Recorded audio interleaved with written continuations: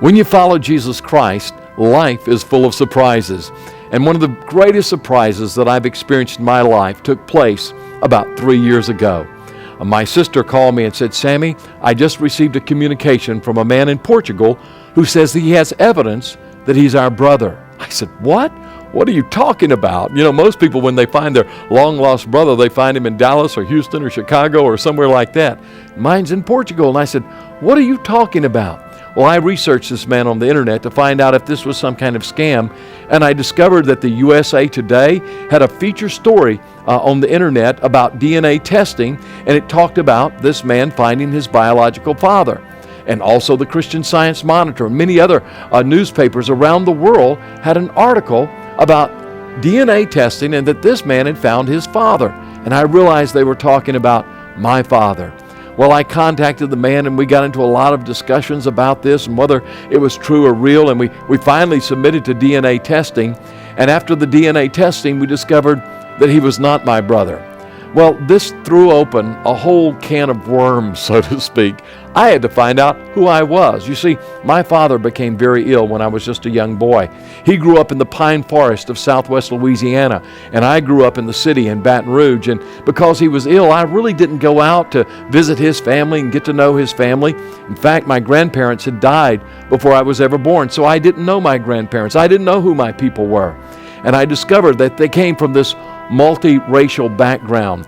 They were many times called derogatorily. It was a terrible name that people used, called red bones, as they would call them that. And it was a slang term that was used because of their triracial mixture. And they came from Native American background and African American background and English background. And so I discovered this about them. But the greatest thing that I discovered was this.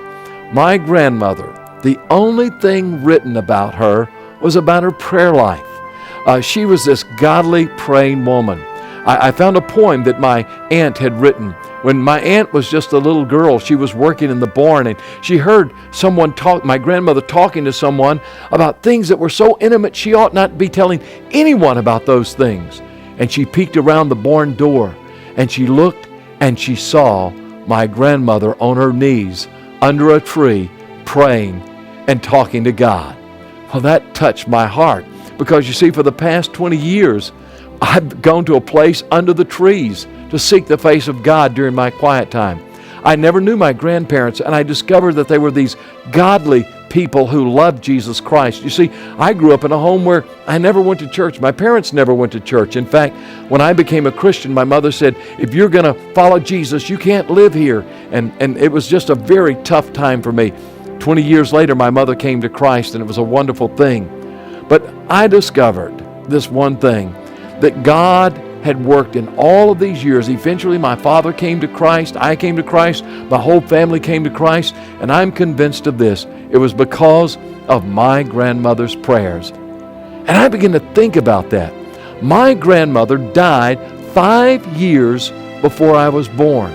My father didn't live for the Lord. He had walked away from God during World War II, and I grew up in a home that there was no Christianity. But my grandmother prayed, and I wondered, what was she thinking on her deathbed when she died? And I realized this. She died not having seen, but having believed. She prayed for my father.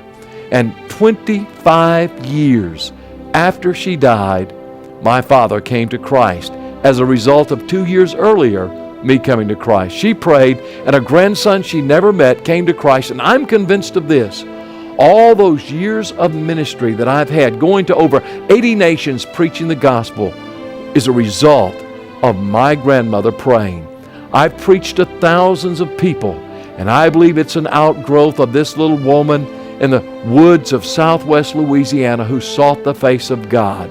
What I want to say to you today is, if you will pray, I wonder how many generations will be impacted.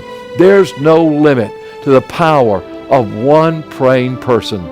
My grandmother prayed, and it impacted me, and it's impacted over 80 nations. Would you pray and let God use you?